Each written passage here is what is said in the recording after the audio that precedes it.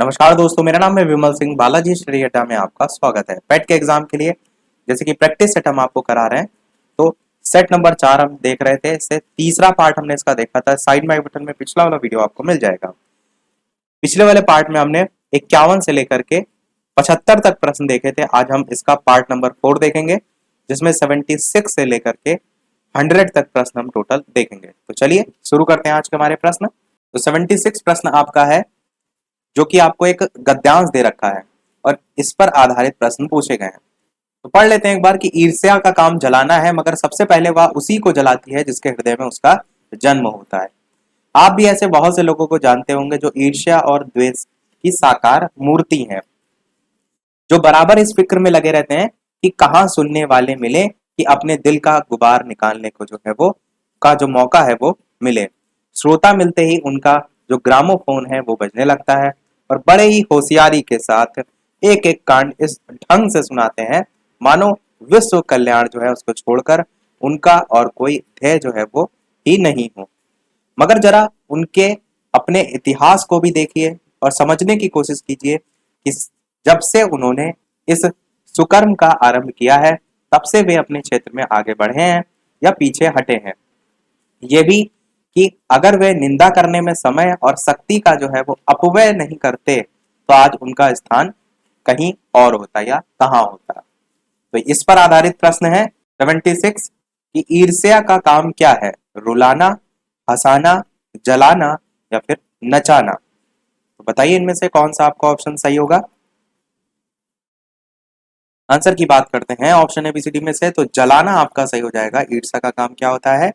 जलाना। सबसे पहली वाली पंक्ति में लिखा भी था कि ईर्ष्या का काम जलाना है, मगर सबसे पहले वह उसी को जलाती है जिसके हृदय में उसका जन्म होता है।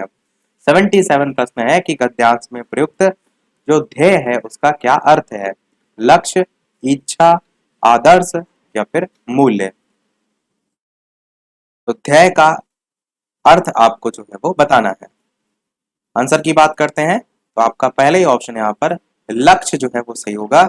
लक्ष्य जो ऊपर पंक्तियों में आपको दे रखा है, ऊपर लिखा था श्रोता मिलते ही, इस टाइप से लाइन थी, फिर आखिरी में कोई ध्येय ही जो है वो नहीं हो। अगला देखते हैं आपका कि गद्यांश में जो ईर्ष्यालु व्यक्ति हैं उनकी प्रशंसा की गई है, खिल्ली उड़ाई गई है, स्तुति की गई है, उपासना की गई है। तो बताइए इनमें से कौन सा आपका ऑप्शन जो है वो सही होगा। बताइए इनमें से कौन सा आपका ऑप्शन सही होगा। तो आपने देखा सभी जगह ईर्ष्यालु जो व्यक्ति हैं उनकी कहीं ना कहीं खिल्ली उड़ाई गई है। बी वाला आपका ऑप्शन जो है वो सही होगा। और पैराग्राफ में बताया भी गया था खिल्ली उड़ाने की जगह, यानी कि कहीं ना कहीं जो ईर्ष्यालु व्यक्ति है उन्हीं के बारे में लिखा था कि वो अपना जो दिमाग है यदि सकारात्मक जो ऊर्जा है उसमें खर्च करेंगे, उन्हें उत्तम प्रयास के साथ उत्तम जो फल है उसकी भी प्राप्ति होगी। अगला देखते हैं 79 कि अपव्यय का क्या अर्थ होता है? खर्च, कम खर्च, अधिक खर्च, फिजूल खर्च। बताइए इनमें से कौन सा सही होगा। ऑप्शन एबीसी में डी में से आपको बताना है अपव्यय का क्या अर्थ जो है वो होता है। तो अप उपसर्ग इसमें है और व्यय जो है ये आपका दोनों के सहयोग से जो है ये शब्द बना है। तो जब दोनों के सहयोग में अर्थ के बात करेंगे तो फिजूल खर्च आपका जो है वो बिल्कुल सही होगा। 80 नंबर प्रश्न पैराग्राफ पर लास्ट है कि गद्यांश का उपयुक्त शीर्षक क्या होगा? ईर्ष्या, निंदा, ईर्ष्या से लाभ या फिर अपव्यय। आसानी से आप एक सेकंड में बता ले जाएंगे कि पूरे पैराग्राफ में ईर्ष्या की ही बात की गई है, उससे लाभ की बात तो बिल्कुल नहीं की गई है, निंदा पर जोर दिया नहीं गया है, अपव्यय की बात नहीं। तो आपका ए वाला ऑप्शन यहाँ पर सही होगा। देखते हैं हमारा अगला प्रश्न 81, जो कि आपका तालिका पर आधारित है। यहाँ पर 6 वर्षों में 3 राज्यों के चावल के उत्पादन आपको मिलियन टन में जो है उनको दर्शाया गया है। जैसे कि ए बी सी यहाँ पर राज्य दे रखे हैं, उसके सामने यहाँ वर्ष 2011, 12, 13, 14, 15, 16 और इसी पर बेस्ड ही आपसे जो है वो प्रश्न पूछा गया है। तो सबसे पहले देखिए प्रश्न है कि वर्ष 2014 की तुलना में, ये आपका 2014 वर्ष है, इसकी तुलना में 2016 में राज्य जो बी है आपका, इसमें चावल के उत्पादन में कितने परसेंट की वृद्धि आपको देखने को मिली। तो पहले 4.8 था, बाद में 5.7 हो गया। कितनी वृद्धि देखने को मिली, इसको निकालने के लिए दोनों का डिफरेंस बटे में 4.8 और गुणे में 100। तो कैसे करेंगे आप? इस 5.7 को 4.8 से घटाएंगे तो 0.9 आएगा, बटे में 4.8 और गुणे में 100। अब इसको सॉल्व करेंगे, इस दशमलव से इस दशमलव को हटा सकते हैं, 9 को 48 से काटेंगे या डायरेक्ट गुणा भी कर सकते हैं, 900 फिर बटे में 48, तो आंसर आपका यहाँ पर 18.75 जो है, ए वाला जो है वो सही हो जाएगा।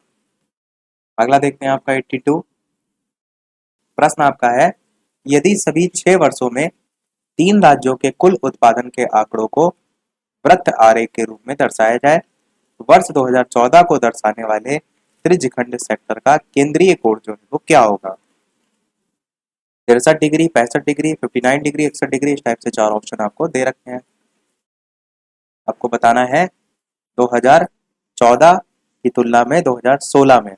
ऊपर आप देख भी सकते हैं 2014 यहाँ दे रखा है और 2016 सबसे लास्ट में दे रखा है। लिखा है 2014 को दर्शाने वाले त्रिज्यखंड, और ये भी चीज यहाँ ध्यान दीजिए, सभी 6 वर्षों में लिखा है। इसको अगर वृत्त आरेख के रूप में दर्शाया जाए तो पहले हमें सभी का जो जोड़ है वो निकालना होगा। सबसे पहले हम 2011 जो है इसमें कुल चावल उत्पादन जो है वो निकालेंगे, तो 5.2 प्लस 3.8 प्लस 4.5 तीनों को जोड़ेंगे तो 13.5 आएगा। ऐसे ही 12, 13, 14, 15, 16 सब निकाल लेंगे हम। सबको निकालने के बाद 2014 जो है इसकी बात की गई है कि 2014 के उत्पाद को दर्शाने वाले त्रिज्यखंड का केंद्रीय कोण कितना होगा। तो केंद्रीय कोण के लिए हम क्या करेंगे, 360 डिग्री टोटल और बटे में जितना भी टोटल अलग अलग आया उनको सबको जोड़ना है, यानी कि टोटल 6 वर्षों का कुल उत्पादन। और जोड़ने पर आपका आएगा, मैं डायरेक्ट यहाँ पर लिख दे रहा हूँ, तो जोड़ने पर आपका आएगा 100 और मल्टीप्लाइड में 2014 का आपको निकालना है, तो 2014 का जितना उत्पादन हुआ होगा तो 17.4 हुआ था। मैं ऊपर आपको दिखा भी देता हूँ 2014 का, ये तीनों को जब आप जोड़ेंगे तो कितना होगा 17.4। इसको बस आपको सॉल्व कर लेना है, जो आएगा वही आंसर हो जाएगा। तो इसको सॉल्व करने पर 63 डिग्री आपका आएगा मान, ए वाला आपका ऑप्शन सही हो जाएगा। ये मान डिग्री में था 360 डिग्री, इसलिए मान भी आपका डिग्री में जो है वो आ गया। 83 प्रश्न है कि सभी वर्षों में राज्य ए में चावल का औसत उत्पादन मिलियन टन में आपको बताना है कितना है। अब राज्य ए में सभी वर्षों में आपको औसत चावल उत्पादन निकालना होगा, तो ए में आप देखेंगे तो ये पूरा जितना भी आपका है टोटल, इन सभी पदों का योग, तो टोटल पदों की संख्या कितनी है 2011 से 16 टोटल 6 है, तो सभी को जोड़ने पर आपका मान आएगा 36 और टोटल पदों की संख्या है 6, तो आपका यहाँ पर हो क्या जाएगा 36 बटे 6 पदों का योग बटे पदों की संख्या, क्योंकि प्रश्न में औसत उत्पादन पूछा गया था और 6 बार में जाता है, तो आपका डी वाला आपका ऑप्शन सही हो जाएगा, 6 मिलियन टन प्रति वर्ष। 84 प्रश्न है, सभी तीनों राज्यों में चावल के वर्ष 2014 और 2016 में हुए उत्पादन का रेशियो आपको बताना है। तो आपको क्या करना है, 2014 वाला जोड़ लेना है, 2016 वाला जोड़ लेना है, दोनों को डिवाइड कर लेना है। तो 2014 में आप देखेंगे तो 6.2, 4.8 और 6.4 तीनों को जोड़ेंगे तो 17.4 आएगा। सेम यही चीज 2016 में भी तीनों को जोड़ लेंगे तो 20 आएगा। तो अब इसका रेशियो आपको निकालना है, तो आप क्या करिए, तो एक दूसरे के बटे में रख दीजिए, 17.4 और बटे में 20, दशमलव हटाएंगे, जीरो बढ़ाएंगे, 174 बटे 200 को जब आप सॉल्व करेंगे तो आपका 87:100 जो है ये आपका ऑप्शन आ जाएगा। देखते हैं इसी का ही लास्ट प्रश्न, क्योंकि एक जो ग्राफ है उस पर टोटल 5-5 करके प्रश्न आते हैं। प्रश्न 85 है कि राज्य सी में वर्ष 2016 में 2014 से चावल उत्पादन कितने परसेंट जो है वो अधिक उत्पादन हुआ। 15.62%, 16.62, 19.05 या फिर 13.367, इस टाइप से ऑप्शन है। अब यहाँ पर क्या कर रहा है, यहाँ पर आपको सबसे पहले 2016 में जितना भी चावल का उत्पादन था वो जोड़ लेना है, फिर 2014 में, और पर यहाँ पर जोड़ने की बात नहीं क्योंकि राज्य सी की बात की गई है, तो सीधे सीधे सी का हम लिख देंगे। जैसे सी है आपका, केवल इसका पूछा गया, किसका 2016 और 14 का, एक 6.4 है एक 7.4 है, दोनों को आपने देख लिया। अब वापस से प्रश्न में चलते हैं। प्रश्न आपसे कह रहा है इससे चावल उत्पादन के कितने % अधिक उत्पादन हुआ।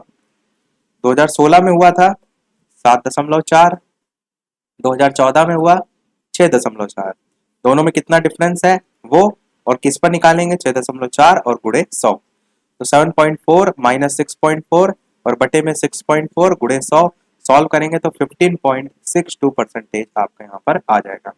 लगभग आप देख रहे हैं तरीका एक ही जैसा है, बस प्रश्न के टाइप अलग अलग हैं। तो आपको क्या है, मेन चीज प्रश्नों को करना कैसे वो सीख लेना है, बाकी आप फिर आसानी से जो है वो कर ले जाएंगे। देखते हैं हमारा अब अगला प्रश्न 86 से 90 तक प्रश्न है, जिसमें वर्ष 2001 से 5 तक कॉलेज में XYZ 2 विषयों की परीक्षा में उपस्थित जो विद्यार्थी हैं उनकी संख्या और उपस्थित विद्यार्थियों में से जो उत्तीर्ण विद्यार्थी हैं उनका परसेंटेज जो है वो दर्शाया गया है। ये आपका पूरा चार्ट दे रखा है और नीचे आपको एक एक करके प्रश्न यहाँ पर पूछे गए हैं। प्रश्न को एक बार फिर से समझ लीजिए कि 2001 से 2005 तक, देखिए साइड में वर्ष सभी लिखे हुए हैं, कॉलेज में XYZ 2 विषय हैं, उनकी परीक्षा में उपस्थित विद्यार्थियों की संख्या जो कि यहाँ दे रखी है, परीक्षा में उपस्थित छात्रों की संख्या, उत्तीर्ण विद्यार्थियों का परसेंटेज ये दर्शाया गया है, सांख्यिकी और अर्थशास्त्र ऐसे करके विषय भी लिखे गए हैं। प्रश्न हमने समझ लिया, अब एक एक करके प्रश्न को देखते हैं। 86 प्रश्न आपका है कि 2002 और 2003 इसमें मिला करके अर्थशास्त्र में कुल अनुत्तीर्ण विद्यार्थियों की औसत संख्या ज्ञात कीजिए। तो 2002 और 2003 इसमें मिला करके जो अर्थशास्त्र है उसमें कुल अनुत्तीर्ण जो विद्यार्थियों की औसत संख्या आपको बतानी है। 1435 इस टाइप से 4 ऑप्शन दे रखे हैं। तो हम क्या करें, सबसे पहले 2002 का देख लेंगे और 2003 का देख लेंगे।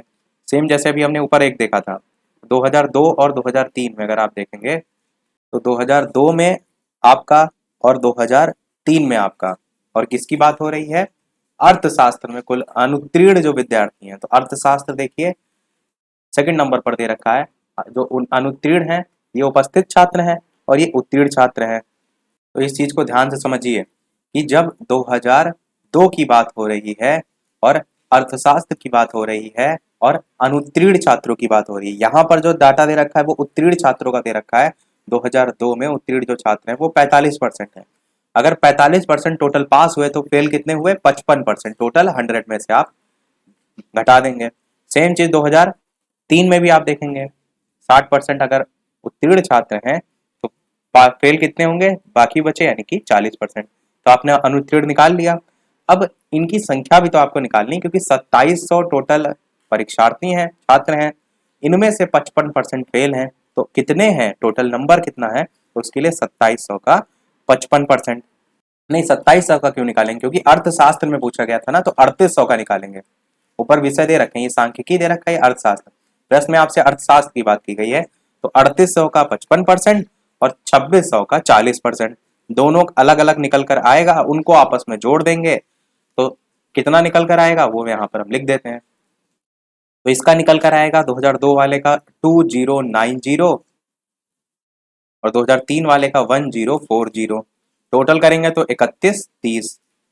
अब प्रश्न में क्या कह रहा है, कुल अनुत्तीर्ण जो विद्यार्थियों की औसत संख्या बताइए। तो औसत आप जानते हैं पदों का योग हमने कर ही लिया, तो पदों की संख्या कितनी है, 1 2 है, तो 2 से इसको भाग दे दीजिए, तो 3130 का आधा हो जाएगा 1565। बी वाला आपका ऑप्शन यहाँ पर सही हो जाएगा।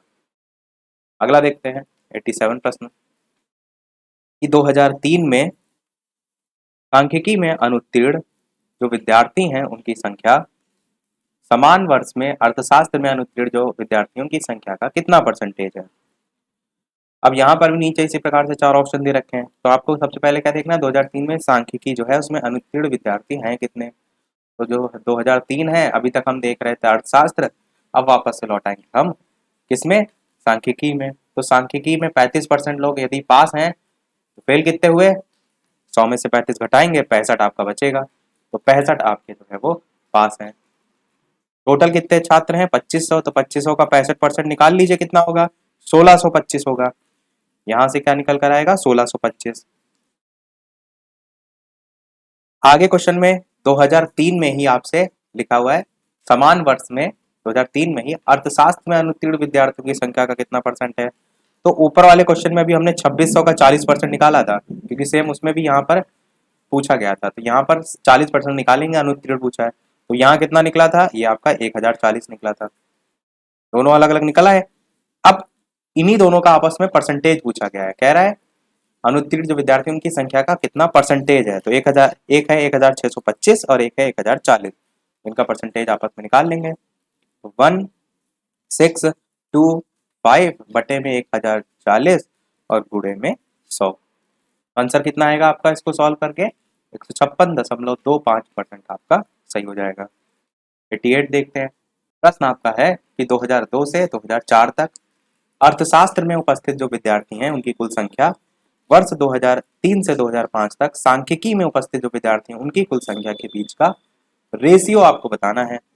तो 2002 से 2004 तक अर्थशास्त्र में टोटल जो विद्यार्थी हैं वो आपको जोड़ने हैं, तो इसमें 3800, उसके बाद 2003 में 2600 था और 2004 में 4800 था। तीनों को जो जोड़ेंगे तो आपका आएगा 11200।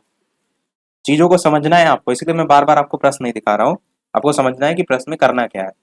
फिर आगे कह रहा है कि कुल संख्या जो 2003 से 2005 है, इसमें जो सांख्यिकी है, पहले ऊपर अर्थशास्त्र है, यहाँ पर सांख्यिकी है, इसमें उपस्थित कुल विद्यार्थी कितने हैं। तो इसमें एक में 2500 थे, 2004 में 3200 और 2005 में 4800। इसमें भी सेम चीज, तीनों को जोड़ लेंगे आपस में तो 10,500 आपका आ जाएगा। उधर 11,200, यहाँ 10,500। अब इन दोनों का आपस में अनुपात पूछा गया है, रेशियो पूछा गया है, तो दोनों को एक दूसरे में बटे में रख के काट दीजिए, ये 2 जीरो तो ऐसे कट जाएंगे, तो 112 बटे 105 काटेंगे तो 16:15 आपका जो है यहाँ पर आ जाएगा। अगला देखते हैं 89 नंबर प्रश्न। 2002 में जो सांख्यिकी है उसमें उत्तीर्ण जो विद्यार्थी हैं उनकी कुल संख्या और वर्ष 2005 से अर्थशास्त्र में अनुत्तीर्ण विद्यार्थी हैं उनकी कुल संख्या के बीच डिफरेंस कितना है, ये आपको बताना है। साथ ही साथ वीडियो पसंद आए तो लाइक भी सभी लोग अवश्य करते रहिएगा, आपके लिए इतनी सारी मेहनत की जा रही है तो एक लाइक तो आपका बनता ही है। देखिए 2002 से 2002 जो है इसमें जो सांख्यिकी है उसमें सबसे पहले आप उत्तीर्ण विद्यार्थियों की संख्या देखेंगे, तो 2700 वहां पर टोटल संख्या थी, उसमें से 55% उत्तीर्ण थे, तो 2700 का 55 निकाल लेंगे, यहां से निकल कर आ जाएगा 1485। सिंपल सी चीज है। 2005 में अर्थशास्त्र में अनुत्तीर्ण जो विद्यार्थी उनकी कुल संख्या यहाँ पर पूछी है, तो ये मैं आपको एक बार दिखा भी देता हूँ कि सेम चीज कैसे करनी है, ताकि आप चीजों को बेहतर तरीके से समझ सकें। 2005 देखिए है ये।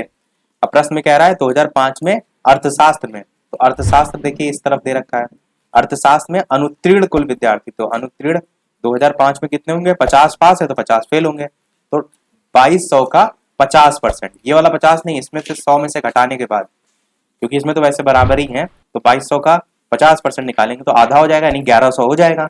यहाँ से निकल कर आ जाएगा 1100, और 2002 वाला जो पूछा गया था वहां से निकला था 1485, तो वापस यहाँ लिख देते हैं।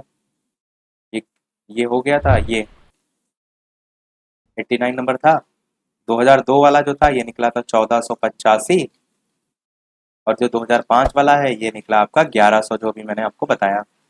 अब दोनों में अंतर पूछा है, सिंपल सा डिफरेंस पूछा है, घटा देना है, तो इसको इससे घटाएंगे 385, आपका ऑप्शन जो है बिल्कुल सही हो जाएगा। लास्ट प्रश्न इस पर आधारित है।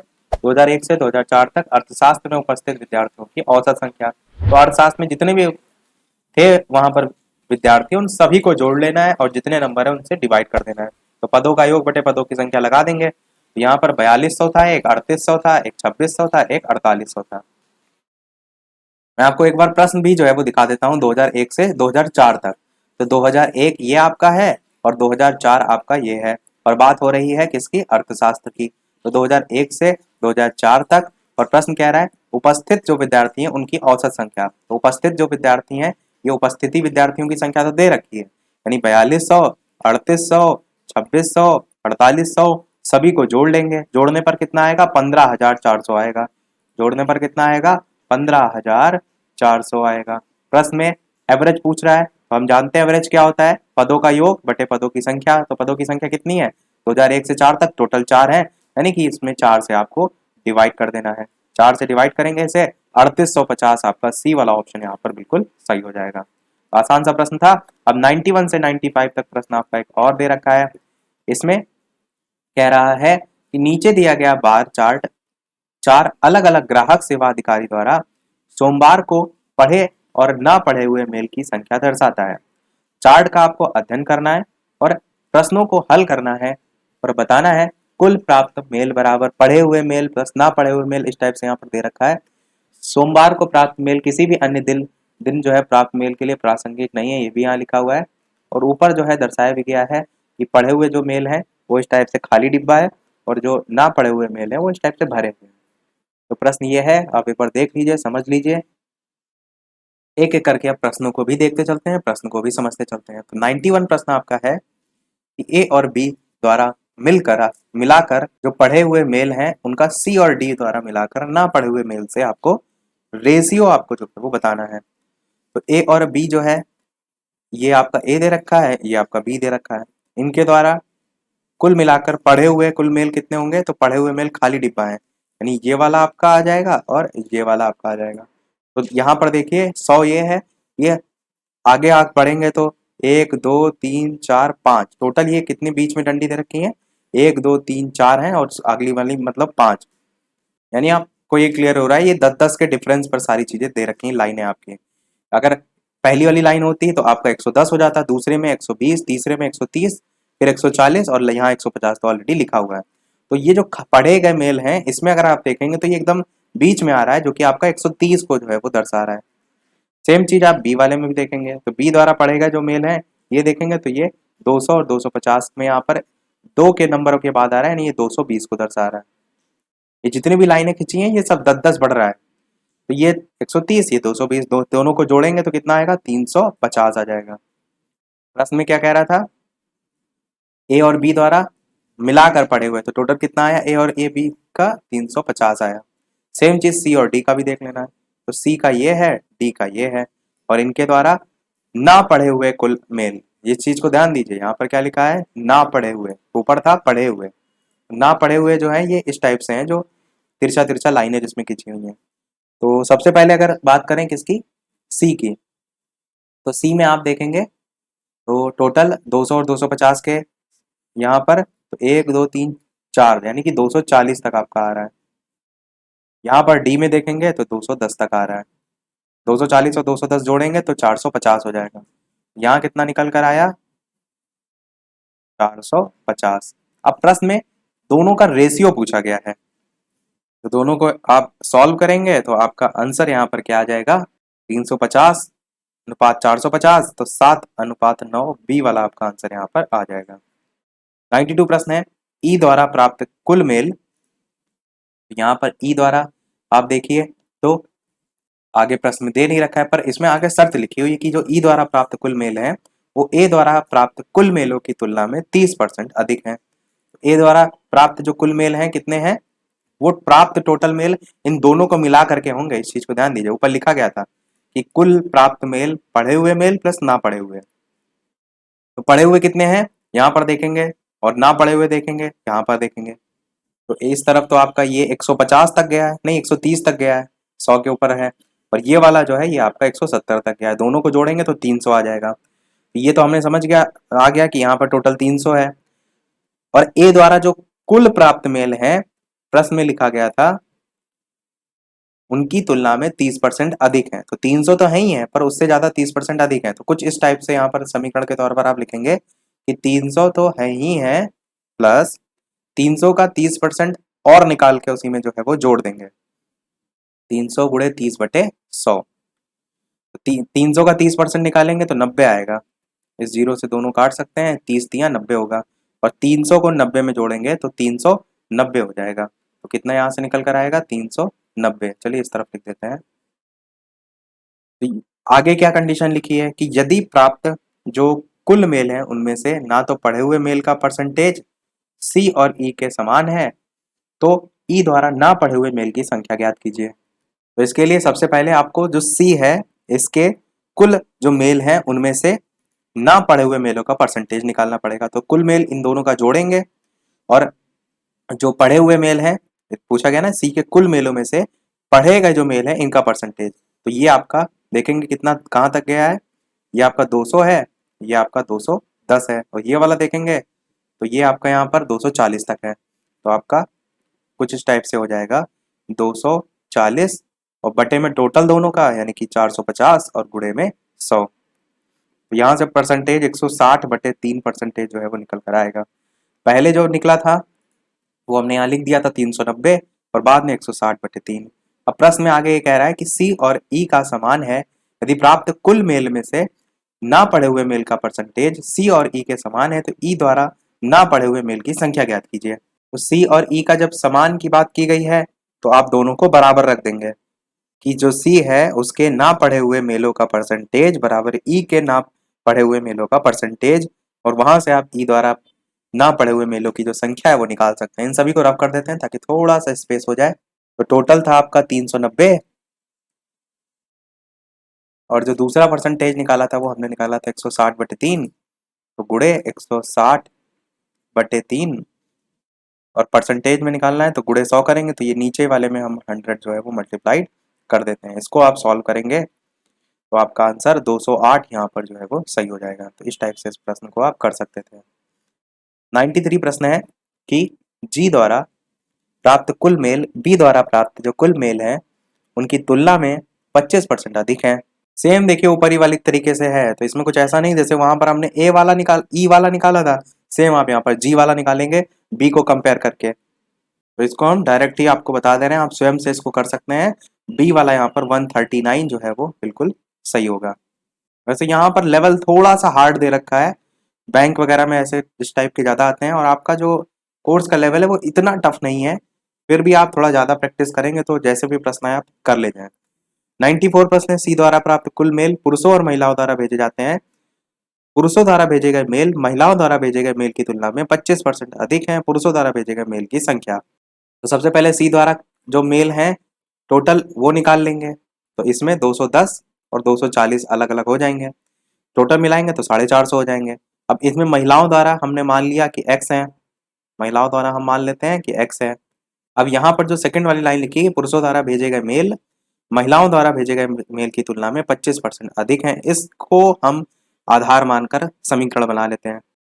25% को एक चौथाई लिख सकते हैं हम, तो एक्स तो रहेगा ही प्लस एक्स का एक चौथाई और इसमें ऐड हो जाएगा। इसको सॉल्व करेंगे तो 5x/4 आपका आएगा। पहले महिलाओं द्वारा x था, ये बाद में 5x+4 पुरुषों द्वारा हो गया, और दोनों का जो टोटल है वो स्टार्टिंग में जो हमने 450 निकाल के आपको बताया था सी द्वारा प्राप्त कुल मेल उसके बराबर रख देंगे और फिर इस समीकरण को हम सॉल्व कर लेंगे। तो 5x/4 बराबर 450, इसको सॉल्व करके x का मान जो है वो यहाँ से 200 निकल कर आएगा।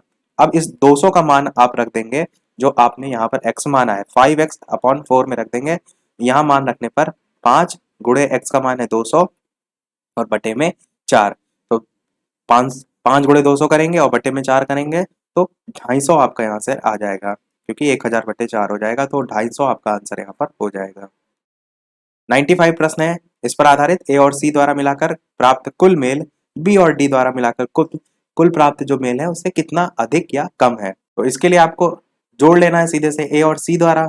ए ये दे रखा है, सी ये दे रखा है, तो ए और सी द्वारा मिलाकर कुल मेल पहले आप इन दोनों के जोड़ेंगे फिर इन दोनों को जोड़ेंगे और फिर इन दोनों को आपस में जोड़ देंगे, तो जोड़ने पर आपका 750 आएगा।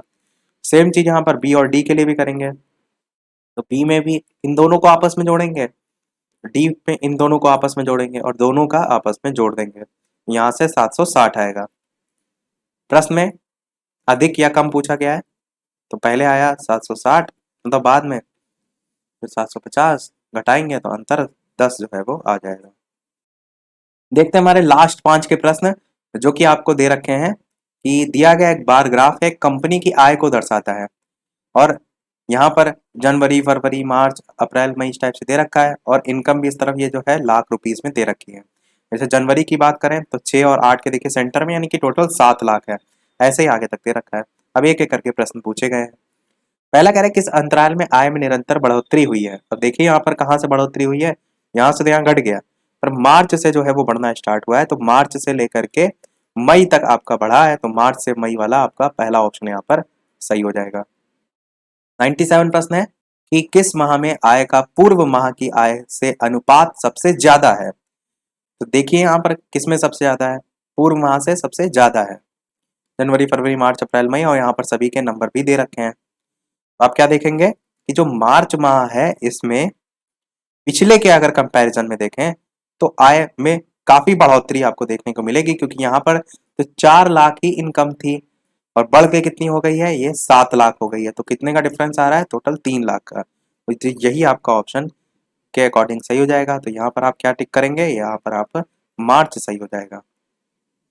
98 प्रश्न है कि मई की जो आय है वो फरवरी की आय की कितनी गुना है। मई की आय कितनी है, मई की आय आप देखेंगे तो 12 से ऊपर है आपकी, यानी कि 13 है। मई की आय फरवरी की आय से, फरवरी की आय देखेंगे कितनी है, यहाँ पर 4 है। तो कितना गुना है, तो इसको निकालने के लिए क्या करिए कि 4 और 13 के बीच में निकालना है। तो मान लीजिए कि माह की आय बराबर x गुणे फरवरी माह की आय, इस टाइप से। तो 13 बराबर हम x मान लेते हैं गुणे 4। कहने का मतलब है कि ये जो है इसका x गुना है, तो हमने x के फॉर्म में मान लिया। अब यहाँ से x का वैल्यू निकालेंगे तो 4 बटे में चला जाएगा, 13 बटे 4 हो जाएगा, और 13 बटे 4 आपका 3.25 जो है ए वाला ऑप्शन यहाँ पर सही होगा। देखते हैं हमारा 99 प्रश्न, कंपनी की औसत मासिक आय आपको बतानी है। अब यहाँ पर आप देखिए औसत क्या हो सकता है, यानी कि सबको जोड़ दें और जितने नंबर है उनसे डिवाइड कर दें। तो यहाँ पर 7, 4, 9, 11, 13 जोड़ेंगे इनको तो 44 आएगा, बटे में आप 5 लगाएंगे। तो 44 बटे 5 कितना होता है, 8.8 होता है। सी वाला आपका ऑप्शन सही हो जाएगा। सभी प्रश्न हमारे समाप्त हुए। देखते हैं हमारा अगला और इस वीडियो का लास्ट प्रश्न। इसके अलावा वीडियो अभी तक आपने लाइक ना किया हो तो सभी लोग वीडियो को लाइक भी करते रहेगा, आपके एक लाइक से मुझे मोटिवेशन मिलता रहे। चैनल पर नए हो तो सब्सक्राइब करके जुड़ जाएगा। लाइव टाइमिंग शाम के 8 बजे की है, पेट के एग्जाम की प्रैक्टिस जो आप सेट कर रहे हैं सॉल्व, तो लाइव आकर भी वीडियो आप देख सकते हैं। और टेलीग्राम चैनल से ना जुड़े हो, लिंक आपको डिस्क्रिप्शन में मिल जाएगी, बालाजी स्टडी अड्डा सर्च करके भी जुड़ सकते हैं। प्रश्न आपका 100 नंबर है, कौन सी माह कंपनी की न्यूनतम आय को प्रदर्शित करता है। जनवरी फरवरी मार्च मई, इस टाइप से 4 ऑप्शन है। तो देखिए इसमें कौन सा आपको सबसे ज्यादा देखने को मिल रहा है। आपसे पूछा गया है कि कौन सी माह जो कंपनी है उसकी न्यूनतम आय, तो सबसे न्यूनतम आय आपको किसमें देखने को मिल रही है, फरवरी में देखने को मिल रही है। फरवरी आपका आंसर हो जाएगा। आसान सा प्रश्न था। तो ये जो आपने लास्ट के 5 प्रश्न देखे, इतना ही लेवल अधिकतर देखने को मिलता है और उम्मीद भी ऐसे ही लेवल की दर्शाई जा रही है, क्योंकि एक ये प्रारंभिक परीक्षा के तौर पर है। बाकी आपको आना सब कुछ चाहिए, ऐसा मेरा मानना है। तो देखते हैं अब वो प्रश्न, जैसे कि सभी वीडियो में हम आपसे एक नए प्रश्न पूछते हैं। तो इस वीडियो का आपके लिए प्रश्न है जिसका आंसर आपको वीडियो के मेन कमेंट में टाइप करके बताना है कि लाल बहादुर शास्त्री स्टेडियम जो है वो कहाँ स्थित है। ए ऑप्शन है नई दिल्ली, बी ऑप्शन है हैदराबाद, सी ऑप्शन है इलाहाबाद और डी ऑप्शन है कानपुर। तो ऑप्शन एबीसीडी में से कौन सा सही होगा, अपना आंसर वीडियो के मेन कमेंट में टाइप करके बताइएगा। साथ ही साथ इससे पहले के प्रश्न ना देखे हो तो कंप्लीट प्लेलिस्ट एक अलग से मैंने बना दी है, जो कि आपकी यूपी ट्रिपल एस सी पेट प्रैक्टिस सेट नाम से है। उसमें जाकर इससे पहले के प्रश्न भी आप प्रैक्टिस कर सकते हैं। तो आज को में इतना ही रखते हैं, मिलते हैं अगले वीडियो में कुछ नए प्रश्नों के साथ, नए टॉपिक के साथ। तब तक के लिए नमस्कार, जय हिंद।